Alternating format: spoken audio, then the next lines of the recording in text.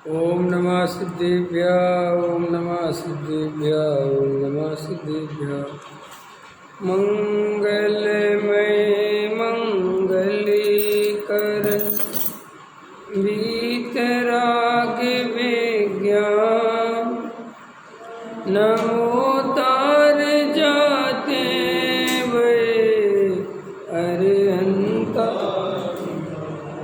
करे मंगल करे हो महा ग्रंथि करन के कार्य जाते मिले समाज सब पावे निज पद राज। इस भवतर का मूल जानऊ मिथ्या भाव ताको कर निर्मूल अब करिए मोक्ष।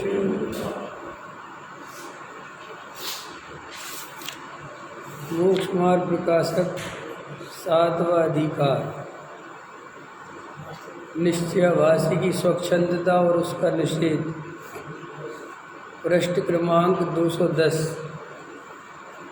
वहाँ वह पूछता है, यहाँ तो बहुत विकल्प हुए, निर्विकल्प संज्ञा कैसे संभव है? उत्तर, निर्विचार होने का नाम निर्विकल्प नहीं है, क्योंकि छद्मस्त के जानना विचार सहित है। उसका अभाव मानने से ज्ञान का अभाव होगा और तब जड़पना हुआ, सो आत्मा के होता नहीं है। इसलिए विचार तो रहता है, तथा यह कहे कि एक सामान्य ही विचार रहता है, विशेष का नहीं, तो सामान्य का विचार तो बहुत काल रहता नहीं, वह विशेष की अपेक्षा बिना सामान्य का स्वरूप भाषित नहीं होता। तथा यह कहे कि अपना ही विचार रहता है, पर का नहीं, तो पर में पर बुद्धि हुए बिना अपने में निज बुद्धि कैसे आए? वहाँ वह कहता है, समय सार में ऐसा कहा गया है। देखो ये क्या की चर्चा चल रही है। जो ये कह रहा है निश्चयवासी कि साहब परद्रव्य का विकल्प विचार, ये सब तो विकल्प हैं, और जहाँ विकल्प हैं वहाँ सब आत्मा कहाँ मिलेगा? तो वो क्या, तो टोडामल जी साहब कहते हैं, तू निर्विकल्प दशा का अर्थ क्या समझता है? पहले समझा तो वो समझता है कि कोई विचार ही ना हो, कोई विकल्प ही ना हो, इसका नाम निर्विकल्प दशा है। तो वो फिर कहते हैं कि जो अपन छद्मस्त ज्ञान है अपना, ये विचार सहित ही होता है, उसका अभाव मानने से ज्ञान का अभाव होगा। माने अपने को पहले ये निर्णय कर लो कि आपको कोई भी पर पदार्थ जानने में आता है और आप जानते हो, लेकिन आप अगर उसमें राग द्वेष नहीं करते और शांति से जान लेते हो, और जान लिया बस खत्म हो गया, ये पुस्तक है, ये टेबल है, जान लिया, कोई आपने ना अच्छा ना बुरा, तो ऐसा जानना छद्मस्त के होता है वीतरागता में। जानने का निषेध नहीं है, और वो तो जानेगा ही जानेगा। ख्याल में बिना जाने एकदम निर्विचार रह जाए, ऐसी ज्ञान की दशा तो केवल ज्ञान में होता है जो डायरेक्ट जाता है। यहाँ तो इसको इंद्रिय ज्ञान है, और इंद्रिय ज्ञान के माध्यम से जो संगी पंचेंद्रीयपना है उसमें जानने की प्रक्रिया ऐसे ही है कि कोई भी पर पदार्थ इंद्रियों के संपर्क में आएगा, ख्याल में है ना, और वहाँ उपयोग जाएगा और जानेगा, डायरेक्ट नहीं जानता। इसलिए जानने का निषेध नहीं है, सिर्फ राग द्वेष का निषेध है। इसलिए बहुत ध्यान से समझो कि जब हम आत्मा का ध्यान करने बैठें तो आत्मानुभव के नाम पर निर्विचार होने की कोशिश ना करें। ख्याल में आप जो निर्विचार होने की कोशिश करते हो वो सबसे बड़ी बाधक है वो, क्योंकि आप विचारों से भागते हो और वस्तु स्वरूप में वो कह रहे कि विचार तो आएंगे। तो आपको क्या करना है कि उन विचारों को आते हुए जानना है और देखना है कि आ रहे विचार, बस खत्म बात। ये विचार हट जाए, ये विचार अच्छे हैं, ये विचार बुरे हैं, भाई यहाँ से ही सारी आकुलता चालू होती है। देखो भाई, जीव का लक्ष्य क्या है? जीव क्या चाहता है? हम सब क्या चाहते हैं? हम सब सुख चाहते हैं, हम सब निराकुलता चाहते हैं, हम सब शांति चाहते हैं, यही तो चाहते हैं। तो निराकुलता, शांति, सुख, ये सब एक ही चीज़ है। और ये सब कब नहीं होते? जब अपन राग द्वेष करते हैं, कसाय करते हैं। देखो, क्रोध, मान, माया, लोभ, ये 4 प्रकार की कसाय हैं। अब आप थोड़ी देर के लिए कल्पना करो कि ये चारों प्रकार की कसाय आपके अंदर नहीं है और आप पदार्थों को जान रहे हो और देख रहे हो। क्या आकुलता है, क्या दुख है, क्या तकलीफ है? कुछ है? बैठो शांति से, जानो, देखो क्या है। आप अपने गेट, आपका रोड पे घर है, आप छज्जे पे बैठ गए, वहाँ से हजारों वाहन निकल रहे, जा रहे, आप देख रहे हैं, जा रहे, शांति, कुछ नहीं। लेकिन हमें जो दुख होता है वो अंदर जो कसाय भरी पड़ी है। अब जैसे गाड़ी निकली, ये गाड़ी बहुत अच्छी है, ये दुख की श्रृंखला चालू हो गई। ख्याल में है ना? कोई वहाँ से निकला, जानने वाला निकला, अरे देखो ये कहाँ जा रहा है, वही राग द्वेष चालू हो गए। आचार्य कहते हैं तुम्हें कोई दुख किसी पर पदार्थ को जानने के कारण नहीं हो रहा है। तुम्हें क्रोध क्यों आता है? जब तुम्हारी इच्छा के अनुसार परिणमन नहीं होता तो क्रोध आता है। क्रोध आता है तो आकुलता होती है। अब कोई पर पदार्थ अपनी इच्छा के अनुसार परिणमन नहीं करे और ये निर्णय हो जाए कि कोई पर पदार्थ मेरी इच्छा के अनुसार क्यों परिणमन करे, बात खत्म हो गई, दुख मिट गया। मान कसाय कब उत्पन्न होती है? जब अपने को दीनहीन समझता है तो मान कसाय उत्पन्न होती है कि मैं कुछ बड़ा बनाऊं, बड़ा दिखाऊं। याद रखना, मनोविज्ञान कहता है, मनोवैज्ञानिक कहते हैं जो आदमी ज़्यादा गरीबी में दबा रहा हो, ज़्यादा बेइज्जती की ज़िंदगी जी हो, उसको इज्जत की, मान सम्मान की चाह बहुत होती है। और उसको अगर मौका मिले, मान सम्मान का, कोई पुण्य का उदय आए तो पूरी ताकत लगाता है मान सम्मान के लिए। नेचुरल आदमी जो शुरू से अच्छे बढ़िया उसमें रहा है, उसको इतनी ज़रूरत नहीं है। लेकिन जो कुछ, जैसे हमारे यहाँ एक कहावत है, हालांकि वो कहावत का मतलब ये है कि किसी को, गरीब आदमी को एक लोटा मिल गया, समझ में क्या मिल गया? लोटा मिल गया। तो पहले के ज़माने में जंगल में जाते थे, समझ में आया ना? तो जंगल में जाते थे फ्रेश होने के लिए, तो अब उसके पास लोटा मिल गया भाग्य से, तो वो सोचता है कि गांव वालों को लोटा कितने बार दिखाऊं, तो वो बार बार जाता है जंगल लोटा लेकर, सारे पता चले कि हमारे पास लोटा है। अभी देखो मैं उदाहरण दे रहा हूँ, तुम देख लेना। जो आदमी जितनी नीची जगह से आएगा, अगर वो अंदर से अपने को दीनहीन समझेगा, माने ये 100% सही हो ऐसा नहीं है, लेकिन 99% केस में होता है। जो हीन भावना से ग्रसित होते हैं वे मान कसाय से बहुत पीड़ित होते हैं। ख्याल मैंने बहुत ऐसे ही। फिर तीसरा है मायाचारी। कमज़ोर आदमी मायाचार बहुत करता है। स्त्रियां मायाचार क्यों करती हैं? क्योंकि वो पुरुषों से अपने को कमज़ोर समझती हैं, तो उनको लगता है कि अपन मायाचारी से ही काम निकाल सकते हैं। ख्याल में है ना? तो ऐसे ही पुरुष भी जो है, जो ज़्यादा मायाचारी वाले पुरुष हों, उनको ये समझना कि स्त्रीत्व गुण है, माने अंदर से अपने को कमज़ोर समझते हैं, मायाचारी से काम निकालते हैं। और मायाचारी भी कई तरह की करते हैं। ख्याल में है ना? तो ये मायाचार से दुख, मान से दुख, और फिर कौन बच गया? क्रोध से दुख। लोभ कसाय, अति लोभी व्यक्ति, ख्याल में है ना? तो लोभ से पीड़ित है।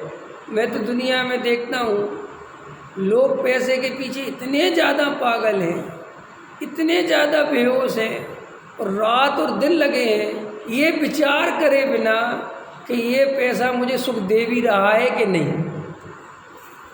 बोलो, देखो पैसा हमें सुख देता कहाँ है? क्योंकि हम जब कमाने में लगे रहते हैं तो पागलों की तरह लगे रहते हैं। अपन तो थोड़ा बहुत स्वाध्याय वगैरह सुनते भी हैं तो थोड़ा अपन जागृत रहते हैं। तो बाकी दुनिया की तरफ नज़र डालो, आदमी 20 साल की उम्र से कमा रहा है, 65 साल का हो गया, 70 साल का हो गया, लगा है पागलों की तरह, पैसा पैसा पैसा जोड़ा जा रहा है, घर बना रहा है, ये कर रहा है, फुर्सत नहीं है 1 मिनट की, और पैसा पैसा पैसा। उसको होश ही नहीं है कि ये पैसा मुझे सुख दे भी रहा है कि नहीं दे रहा है।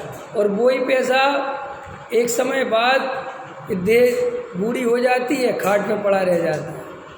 अभी एक दिन की सच्ची घटना है, मैंने पढ़ी थी तो मुझे लगा देखो संसार का कैसा स्वरूप है। एक अभी कोई कर्नल था, उसके 2 लड़के थे और वो कर्नल था, दोनों लड़कों को बहुत बढ़िया पढ़ाया और दोनों लड़के अमेरिका चले गए, दोनों के दोनों, और दोनों चल गए। वो यहाँ रिटायर हो गया तो लखनऊ की घटना है, यहीं रहने लगा। पत्नी और उसकी पत्नी बीमार हो गई तो उसने अपने एक अमेरिका के लड़के को फ़ोन करा, कॉल भेजा, लेटर के भैया तेरी माँ बीमार है आजा। आया नहीं, और जब मर गई तो बड़ा नहीं आया, छोटा आया। तो उसने कहा कि बेटे अंतिम संस्कार की घड़ी चल रही है, घर में लाश पड़ी है माँ की। उसने कहा भैया तुम अकेले कैसे आ गए, वो बड़ा भाई कहाँ है? क्योंकि बड़ा करता है ना वो दाह संस्कार। तो बोले वो तो नहीं आ सकते। बोले क्यों, क्या हुआ है? बोले तो इतने दिन से खबर भेज रहे और माँ मर गई। बोले बड़े भैया ने मैसेज दिया है कि मम्मी को तू जलाया, पापा मर जाएंगे तो मैं आ जाऊँगा।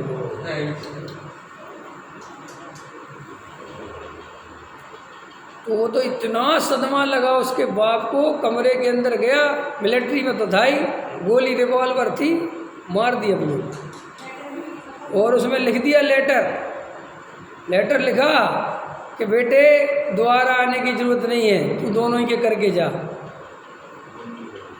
समझ में? और उसने लिखा कि आज समझ में आया कि बिल्कुल कितनी ज़िंदगी बेकार है, क्या समझाता और क्या होता है।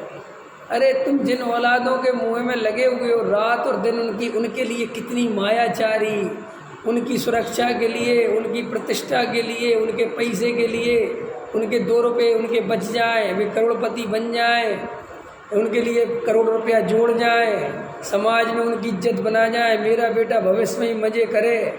देखो तो इसके लिए कितना मायाचार, झूठ, फरेब, सब कर्म बांधे जा रहे। 1% विचार नहीं है कि बाप रे बाप अपने किसके लिए कर रहे हो।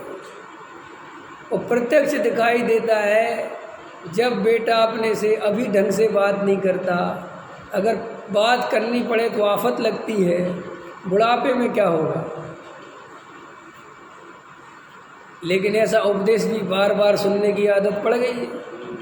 कहता भी रहता है सही कह रहे हो, सही कह रहे हो, और मोह की बात आती है तो फिर वही मरता है, फिर वही गिरता है। तो ये मायाचारी लोग किसके लिए कर रहे हो? ये जो रात और दिन मायाचार कर रहे हैं उससे क्या मिलेगा?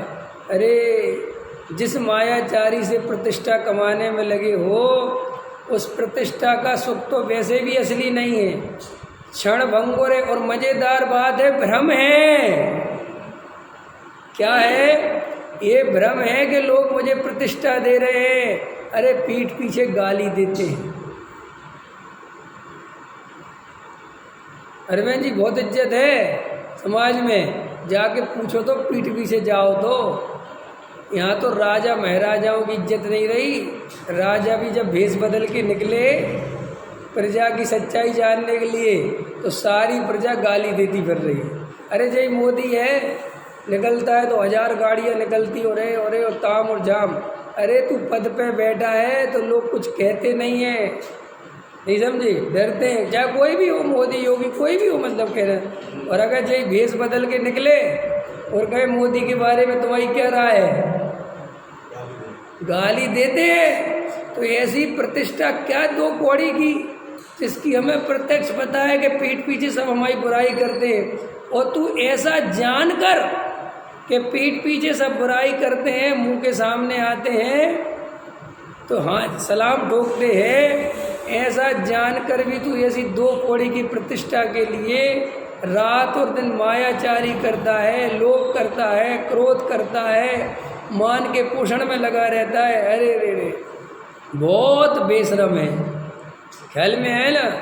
असली कोई सज्जन पुरुष हो, असली धार्मिक व्यक्ति हो, तो उसको अंदर से ऐसा भाव आता है, अरे ये तो प्रतिष्ठा सच्ची हुई नहीं, ये तो सम्मान सच्चा हुआ ही नहीं, क्योंकि ये सम्मान तो मैंने छीन के लिया है, ये देना नहीं चाहते थे, ये तो मैंने कह के सम्मान करवाया है कि कर दो भैया सम्मान, और फिर भी जी भ्रम से। अरे रे, देखो तो अपने अंदर कितने भ्रम पाल रखे अपन ने, कितने भ्रम, झूठी अहंकार, झूठी इमेज बना रखी है, कुछ नहीं, और अंदर से खोखले पड़े हैं, खोखले माँ खोखले, क्योंकि अंदर की दरिद्रता बाहर से कितने ही छुपा लो, लेकिन अंदर जो हमारी असली औकात है वो हम भूलते नहीं हैं, वो हमें दिखाई देते। जैसे देखो तुम करोड़पति अरबपति बन गए, दुनिया तुम्हें करोड़पति अरबपति समझ रही हो, सब बातें, लेकिन वो जो दरिद्रता तुम्हारे अंदर बैठी है वो कहाँ से जाएगी?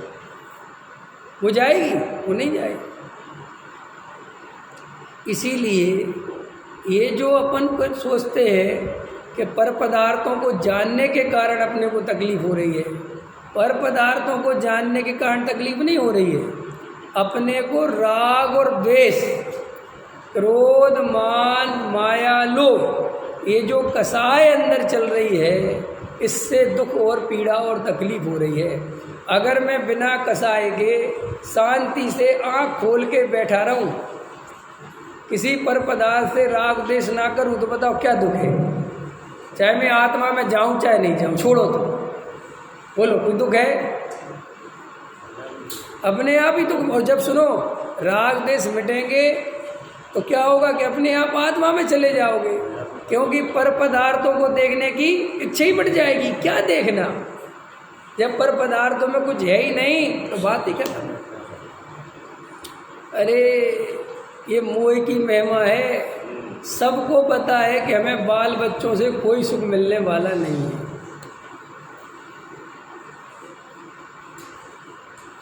नहीं पता क्या है? फिर भी देखो सारी ताकत लोग अपने बाल बच्चों के लिए क्या नहीं करते, बताओ कौन सी लिमिट क्रॉस नहीं करते पाप की।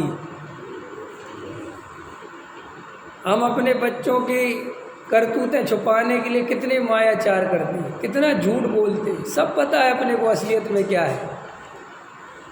पति पत्नी बच्चे उस घर में रहते सब मिलके मायाचार करते हैं समाज को मूर्ख बनाने के लिए। किसको मूर्ख बना रहे, किसके लिए कर रहे हैं सब?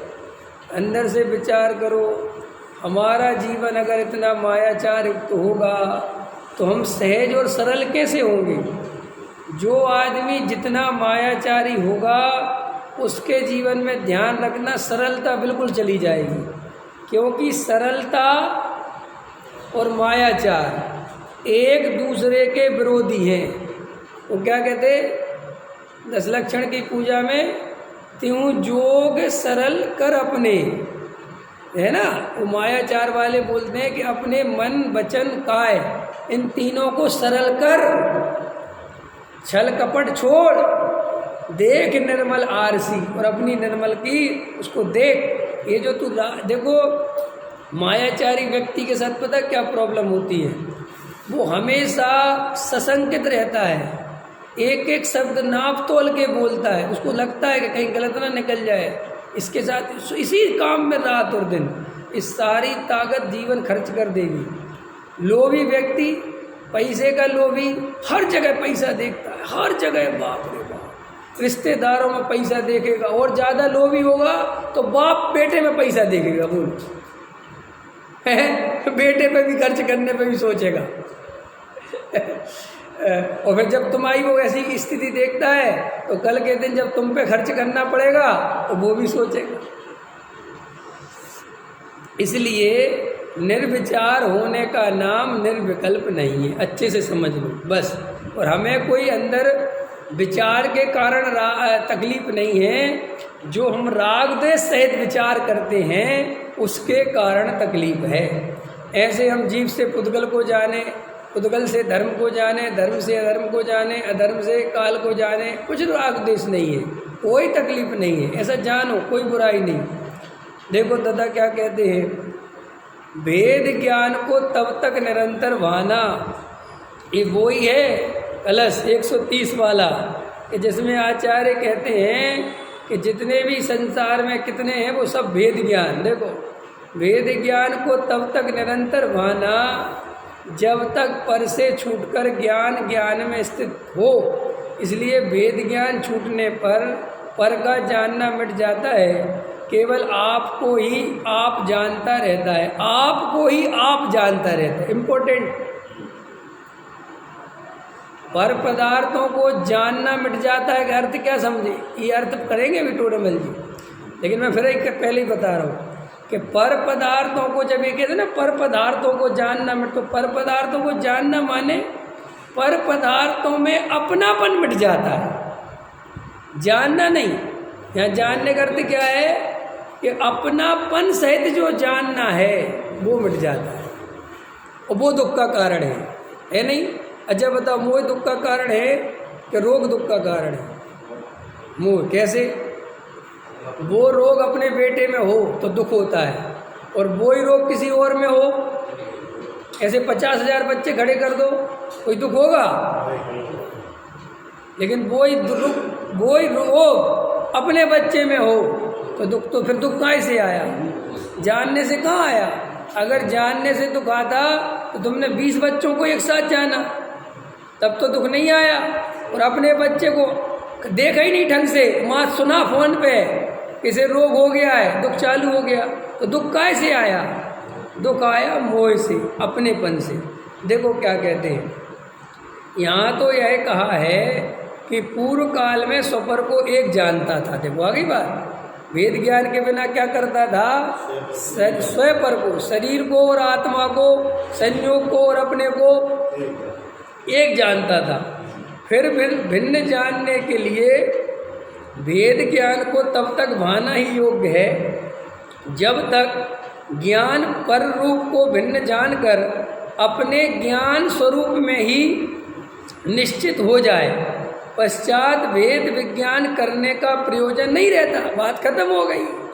अब भेद ज्ञान क्यों करना? क्योंकि अब निर्णय हो गया कि शरीर अलग है और आत्मा अलग। निर्णय हो गया, बात खत्म हो गई, अपने में अपनापन आ गया, बात खत्म हो गई। जैसे ऐसा समझ लो ना, लोग में भी, दुनिया में, कि जब तक शादी नहीं होती, शादी के पहले की जो तैयारी है, जो कुछ भी है, सगाई जो कुछ भी है, सब चलता रहता है। रिश्तेदार और इनको फ़ोन लगाओ, उनको फ़ोन लगाओ, और ये करो और वो करो, उनको बुलाना, ये करने, सब चलता है। और जब शादी हो गई, फेरे पड़ गए, बारात चली गई, बात खत्म हो गई, अब खत्म। अब इस बारे में कोई विकल्प करने की जरूरत नहीं। ऐसे ही आचार्य कहते कि जो भेद ज्ञान कब तक करना? जब तक अपने में अपनापन नहीं आ जाए और पराये में परायापन नहीं आ जाए। कि फिर साहब फिर क्या करना? कि फिर वेद ज्ञान करने की जरूरत नहीं पड़ेगी, क्योंकि उसके प्रयोजन की सिद्धि हो गई। स्वयमेव पर को पर रूप और आपको आप रूप जानता रहता है। और एक आध उदाहरण ले लो, कोई मकान हमारा था, हमने 10 लाख में बेच दिया, रजिस्ट्री करा दी, बात खत्म हो गई। अब बार बार सोचना पड़ता है कि मकान हमारा नहीं है। क्यों नहीं सोचना पड़ता? कि खत्म हो गई, रजिस्ट्री हो गई, निर्णय हो गया कि मकान उनका है, हमारा नहीं। अब वहाँ से निकलते भी हैं, कोई कहता आपका मकान है, क्या है हमारा, कुछ विकल्प ही नहीं आता, वहाँ से रोज निकलते रहो। होता है ना अरविंद जी? तो ऐसे आचार्य कहते हैं कि जब वेद ज्ञान सच्चा हो जाएगा तो तुम्हें फिर कुछ ध्यान व्यान लगाने की जरूरत भी नहीं पड़ेगी, फिर तो अपने आप समझ में आएगा कि मैं आत्मा। इसलिए लोग कहते हैं कि सम्यक दृष्टि को 24 घंटे सम्यक दर्शन कैसे रहता है? वो स्त्री पुत्र मकान दुकान घर गृहस्थी में लगा रहता है, तो उसे सम्यक दर्शन कैसे बना रहता है? और बाहर से कुछ दिखाई नहीं देता। तो आचार्य कहते हैं कि बिल्कुल सरल है। जैसे तुमने मकान बेच दिया और उस मकान से तुम 10,000 दफ़े निकलते रहो तो भी उसमें अपनापन नहीं होता। अथवा किराए के मकान में रहते हुए उसमें अपनापन नहीं होता। ऐसे ही सम्यक दृष्टि को भेद ज्ञान के बल से, पहले तो उसने भेद ज्ञान किया है, पहले तो पुरुषार्थ किया है, और उस भेद ज्ञान के बल से ऐसा श्रद्धा हुई, ऐसा श्रद्धान का उदय हुआ कि शरीर अलग है और आत्मा अलग है।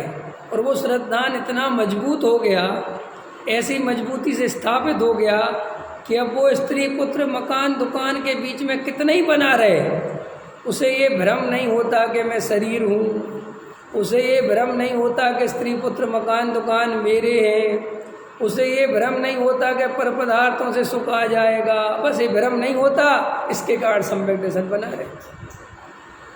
अभी देखो अपने को भ्रम बना रहता है पूरे टाइम, भ्रम नहीं टूटता, वहीं सुख दिखाई देता है।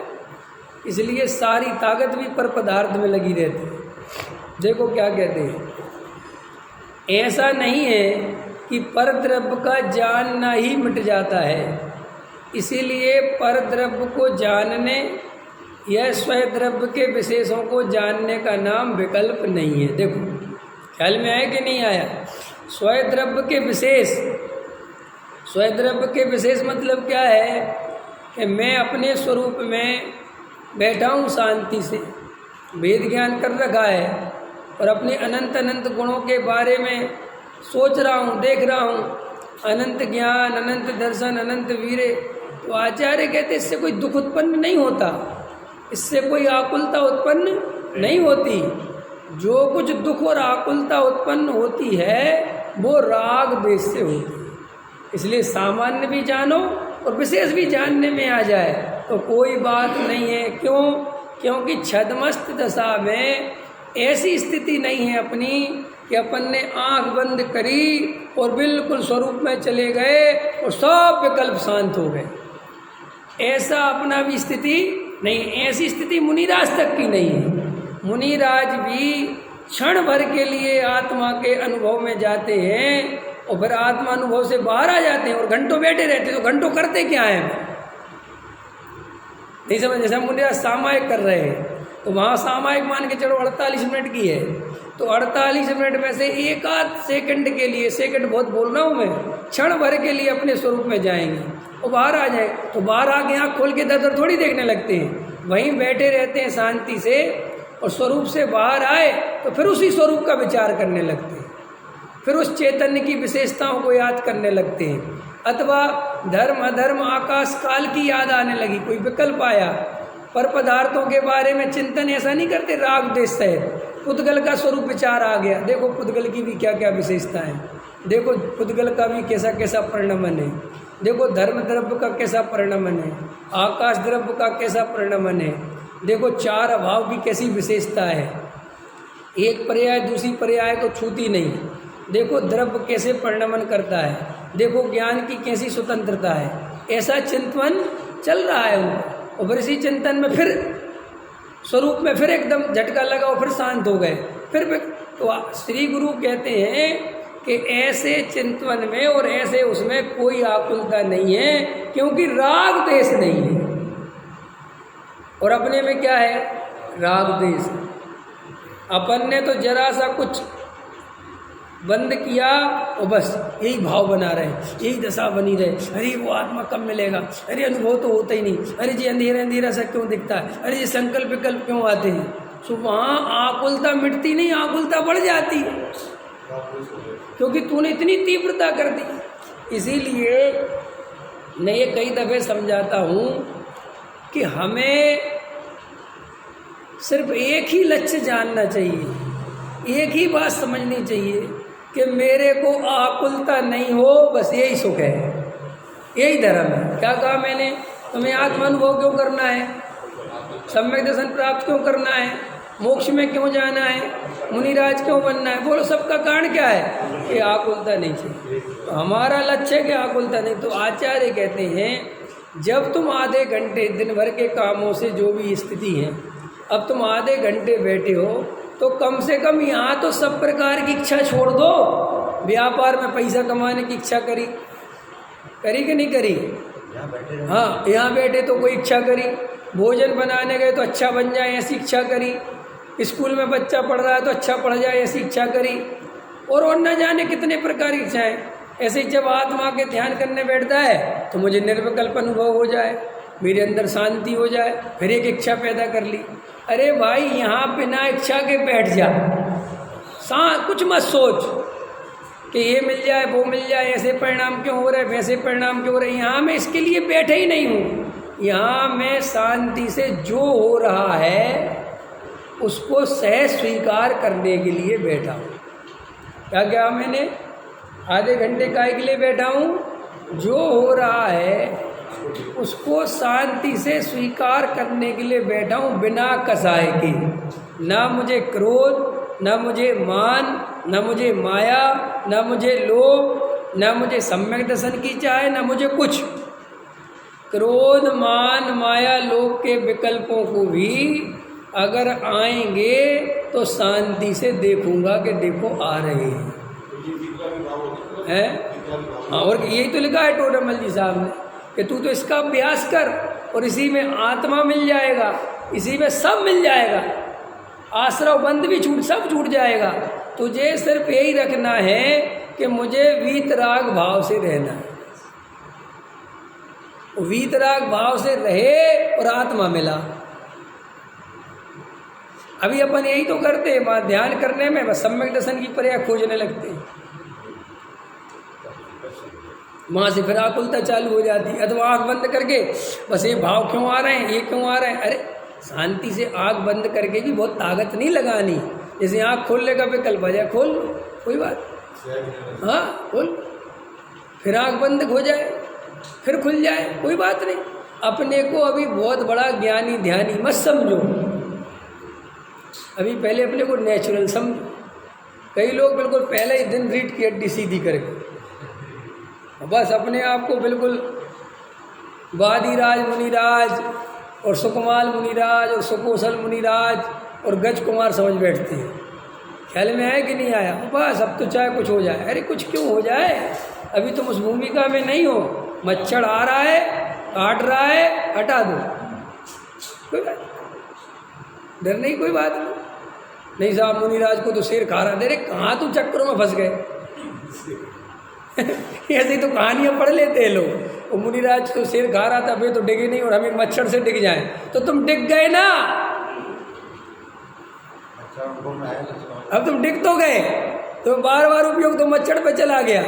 अगर उन सुकोसल का बार बार श्यार पे ध्यान चला जाता तो फिर मोक्ष कैसे जाता? पांडवों का ध्यान पे चला जाता गहनों पे है, वो लोहे के कड़े पहना दिए जो है, तो फिर वो मोक्ष कैसे जाते? अरे तुम्हारा सांप बार बार तुम्हें मच्छर काट रहा है तो उपयोग वैसे जब भगा दो ना, इतना टाइम बर्बाद क्यों करना उसमें है? और फिर अपने को कोई जबरदस्ती, देखो भाई शरीर को तपाने का नाम मोक्ष मार्ग नहीं है,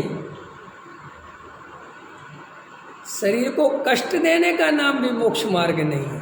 हाँ, शरीर में कष्ट हो और तुम्हारा वहाँ उपयोग नहीं जाए तो बात बढ़िया है, फिर बात खत्म हो गई। लेकिन जब उपयोग चला ही गया वहाँ तो बात खत्म हो गई, वो तो उपयोग निकल आया बाहर। अब चाहे उसको भगाओ और चाहे मत भगाओ, अब चाहे तुम देखते रहो और कितने जम से काट रहा है और काट तो कटवाते रहो, उससे तो कुछ नहीं है। ये तो कोई मतलब, कई लोग ऐसे बहुत होते हैं, वे वो सूरवीरता समझ लेते हैं, वे सोचते हैं अरे मच्छर क्या होते हैं, थोड़ा बहुत खून पी लेंगे तो क्या होगा, तो पिला लो, उससे क्या है। मतलब अपने को सरल और सहज रहना सीखो। क्या कहा मैंने? दो शब्द।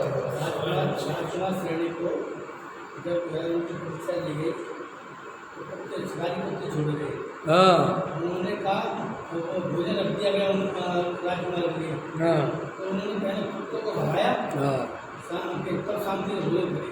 हाँ ऐसा नहीं कि खाते रहते ऐसे, मतलब अभी अपने को क्या है, मैंने कई दफ़े बोला है, हमारे सिलेबस की जो पढ़ाई है वो बहुत अव्यवस्थित है। सबको कहते हैं ना जैन धर्म की पढ़ाई बहुत व्यवस्थित है, कोई व्यवस्थित नहीं है। जैन धर्म तो व्यवस्थित है, पढ़ाई बिल्कुल अव्यवस्थित है। तुम्हें क्या है, सुकौशल की कहानी सुनाई जाती है और तुम्हें साथ में ये नहीं सुनाया जाता कि वे सुकौशल की है, तुम्हारी नहीं है। तुम अभी गृहस्थ में हो, न तुम्हारी वैसी स्थिति है। अब वो क्या होता है, वो सब घोलम घोल हो जाता है, वो तुम अपने में सुकौशल देखने लगते हो। ऐसे ही भरत जी की कहानी सुनाई जाती, तुम अपने भरत जी देखने लगते हो। अरे भाई भरत जी क्या चीज़ है, कुछ दिमाग तो लगाओ। नहीं समझ में आया? जैसे हमारा शरीर वज्र विषम नारा सहनन वाला नहीं है, समझ में आया ना? 5वें 6वें सहनन वाला शरीर है, कमज़ोर शरीर है। तो जैसा शरीर है उसका वैसे ही ध्यान रखना पड़ेगा कि नहीं? कि तुम महावीर की तरह शरीर को लगा दोगे, लेकिन कोई कुछ सुनने वाला नहीं, इसलिए तकलीफें बढ़ती हैं। अरे समझो भैया, गहराई से समझो वस्तु स्वरूप को, एकदम शांत हो के समझो। देखो 2 बातें मेरी अच्छे से पकड़ लो। सरल हो पहले तो, अपनी परिणति में सरलता लाओ। क्या लाओ मैंने? और सरलता आएगी तो सहजता साथ में आएगी। सरल और सहज, जितने ज़्यादा से ज़्यादा सरल हो सको, ईमानदार हो सको, बनो। जितना कम से कम मायाचार से काम चले, और बिल्कुल ही नहीं करो तो बहुत अच्छा, बिल्कुल छोड़ दो। क्योंकि बिना प्रयोजन भूत मायाचार तो महापाप है। वैसे मायाचार है ही पाप, लेकिन व्यर्थ का करना, राग द्वेष करते रहना, मान कसाई के लिए मायाचार करना, अरे मूर्खता की बात है।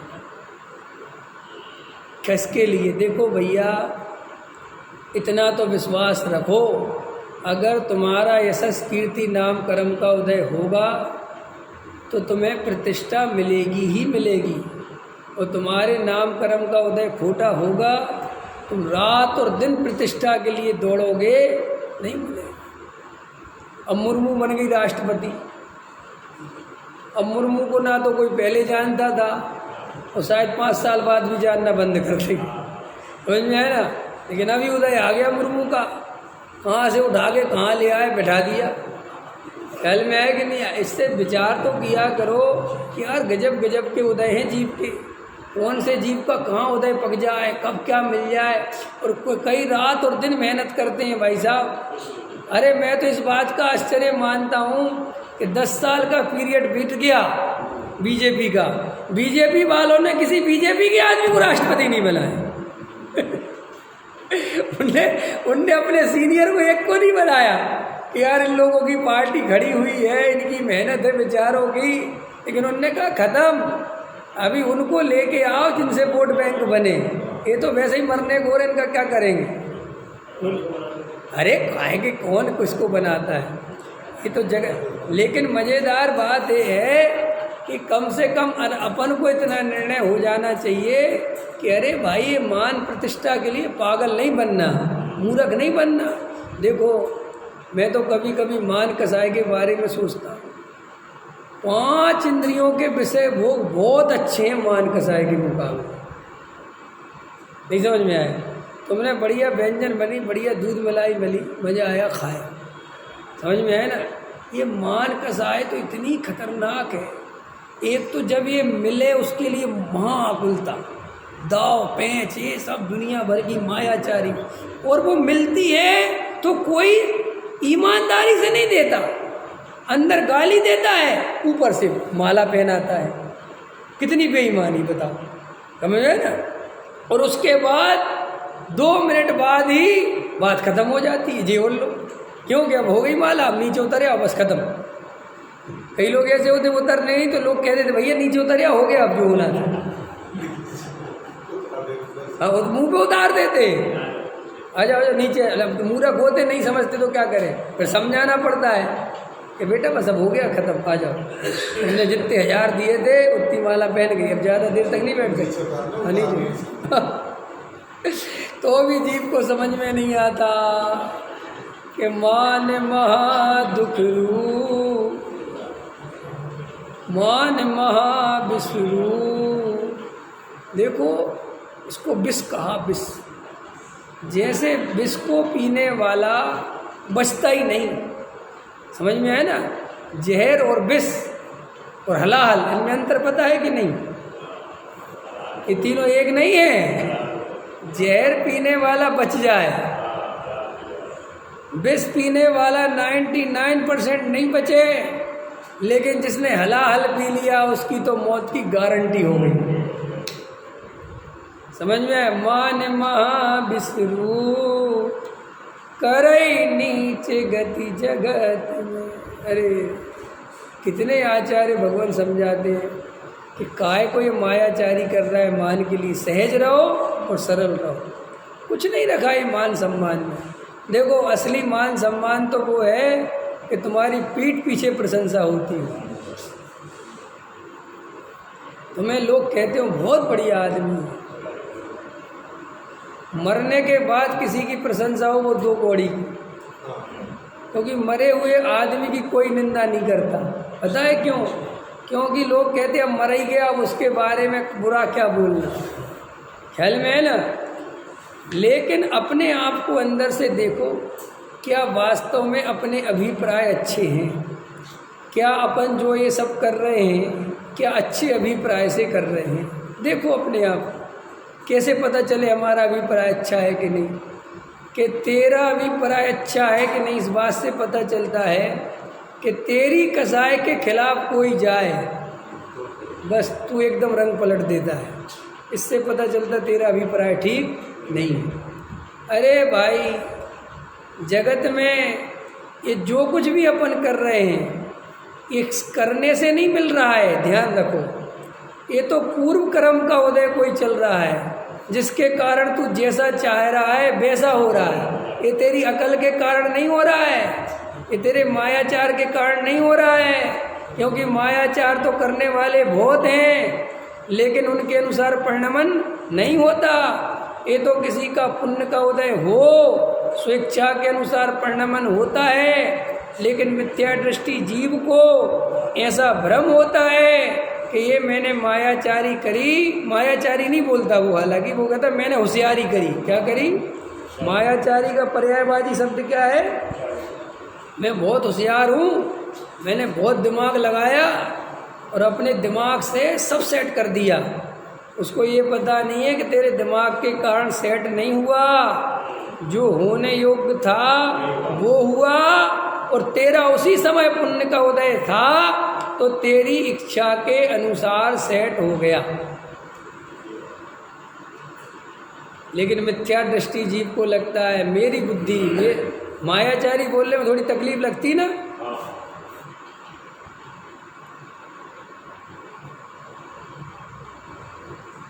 महिलाएं भी ऐसा नहीं कहती हमने अपने पति को मायाचारी से वो कर लिया। क्या कहती? हमने बहुत होशियार हैं, हम अपने हाथ में रखते।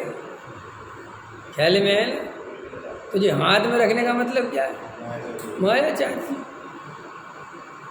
लेकिन अपन के भारत देश है ना अपना, बहुत अच्छा देश है। डॉक्टर साहब एक बात बहुत बोलते हैं, हिंदुस्तानियों में एक चीज़ बहुत अच्छी है कि जितनी भी बुरी चीज़ें हैं उनके सब अच्छे नाम रख लेते हैं। मायाचारी होशियारी, होशियार। मायाचारी होशियारी है कि पागलपन है ऐसे मत्स्य पालन, मुर्गी पालन, ये पालन है कि मारन है? और नाम क्या देता है? मुर्गी पालन, मत्स्य पालन, मछली पालन है। ऐसे अपनी कसायों को बहुत अच्छा अच्छा नाम देता है। मान कसाय स्वाभिमान है जी, हम किसी के सामने झुकते नहीं। अरे भाई, ये क्या अंदर चल रहा है विचार तो कर। स्वाभिमान उसे होता है जिसे स्वयं की खबर हो। तू तो देह में एकत्व बुद्धि करके अपने को शरीर मानता है और इसको नहीं झुकाता, इसको स्वाभिमान समझता। समझ में आया कि नहीं आया?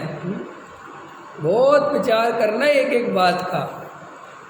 ओहो देखो, और आगे बहुत अच्छा है। तो किस प्रकार है सो कहते हैं, राग देश बस किसी गे को जानने में उपयोग लगाना। देखो अभी आ गई असली बात। राग देश बस किसी गे को जानने में उपयोग लगाना और किसी गे से ज्ञान को छुड़ाना, इस प्रकार बारंबार उपयोग को भरमाना, उसका नाम विकल्प है। मैंने कहा था बहुत अच्छा आने वाला है, देख लो क्या खोल दिया टोटल। है। हाँ देखो ना कितना, और बार बार कहता है ना सहज सहज, ये देखो आगे जो हो रहा है जानो, देखो ये अर्थ निकल गया ना, टोडामल जी साहब ने निकाल दिया। राग देश बस किसी के को जानना, क्या है क्या है, कौन आया, ख्याल में है ना, ये तो हो गया जानना। और एक सामने स्त्री आ रही है, सुंदर स्त्री आ रही है, ये है उससे हटाना। ये सोचता है कि वो आ रही है और वो उसको देखूंगा तो विकार उत्पन्न होगा, तो आंख बंद करता है। लेकिन आंख बंद करने से विकार नहीं मिटता, तेरी सहजता खो जाती है। आप समझ लेना, पाप की एक नई परिभाषा बता देता हूँ। जहाँ आपकी सहजता खो जाए वहाँ पाप चालू हो गए। कहा क्या मैंने मुकेश जी? जहाँ आपकी सहजता खो जाए समझ लेना पाप चालू हो गया। आप मंदिर में दर्शन कर रहे थे शांति से, 4 आदमी है, आपकी सहजता खो गई, समझ लेना दर्शन खत्म। अब फॉर्मेलिटी चालू। अंतर समझ में आया? आप स्वाध्याय में बैठे थे और आपका एंटीबायोटिक क्या होता है, एंटी तत्व आ गया जिसे आप पसंद नहीं करते, और आपकी सहजता खो गई, समझ लेना पाप चालू हो गए। भले ही आप गद्दी पे बैठ के प्रवचन कर रहे हैं।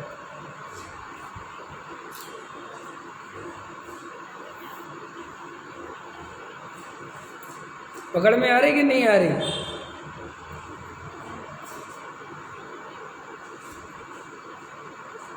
एक ही सूत्र याद रखो कि हमारे जीवन में जहाँ जहाँ सहजता गायब हो जाती है, हम वहाँ वहाँ पापी हो जाते हैं। जहाँ जहाँ भी तुम्हारी बनावटी बातें आई, जहाँ तुमने औपचारिकता में आए, माया तो थकते भी उसी में हो। काहे में थकते हो आप? काहे में थकते हो आप? मायाचारी से थकते हो। मायाचारी से आत्मा इतना थकता है कि कहीं और नहीं थकता, क्योंकि मायाचारी करने में आत्मा को बहुत मेहनत करनी पड़ती है। अंदर कुछ, बोलना कुछ, दिखाना कुछ, इतनी ताकत लगेगी। ट्रायंगल हो गया ना बिल्कुल, बताओ 3 तरह से घुमानी है चीज़। ऐसे ही जितना सहज और सरल रहता है व्यक्ति, जहाँ औपचारिकताएँ फॉर्मेलिटी नहीं होती, इसलिए अपन रिश्तेदार आते हैं तो थकते हैं। घर में रिश्तेदार आए तो थकते हैं, और दोस्त आए तो मज़ा आता है, पर थकते नहीं, क्योंकि उसके साथ हम फॉर्मेलिटी नहीं करते, उससे हृदय से बात करते हैं। तो जिनके साथ ज़बरदस्ती बैठना पड़े, बातें करनी पड़े, नहीं करना तो करनी पड़े। अब ऐसे रिश्तेदार आते कि नहीं? अपन को राजनीति में कोई इंटरेस्ट नहीं है, अब उनके साथ बैठ के राजनीति की बातें करनी पड़ी, क्योंकि उसको राजनीति के अलावा कुछ नहीं आता। अपन नहीं करेंगे तो उसे अच्छा नहीं लगेगा। अथवा जिस टाइप के लोग आ जाए, तो इसीलिए सरल और सहज रहना सीखो, एक बात। दूसरा, व्यर्थ का बोलना बंद करो, बिल्कुल बंद करो। जितनी ज़रूरत है उतना बोलो, व्यर्थ की बात बिल्कुल मत बोलो, कोई ज़रूरत नहीं किसी से। मंदिर में तो और बिल्कुल नियम लो कि ज़्यादा से ज़्यादा मौन रहना है। क्या रहना है? और अगर मुंह भी खोलना है तो वो भी ज़्यादा से ज़्यादा जय जिनेंद्र के लिए, जय जिनेंद्र के लिए बस, और बढ़िया, बस इससे ज़्यादा कुछ नहीं। क्योंकि जीव की ज़्यादातर शक्ति मायाचारी में और बोलने में बहुत खर्च होती है। इसलिए बोलना कम करो, मायाचारी छोड़ो, सरल और सहज बनो, और फिर तुम ध्यान करने बैठो, तुम्हें आत्मा बिल्कुल मिल जाएगा, ये मेरी गारंटी है। सहजानंदी सो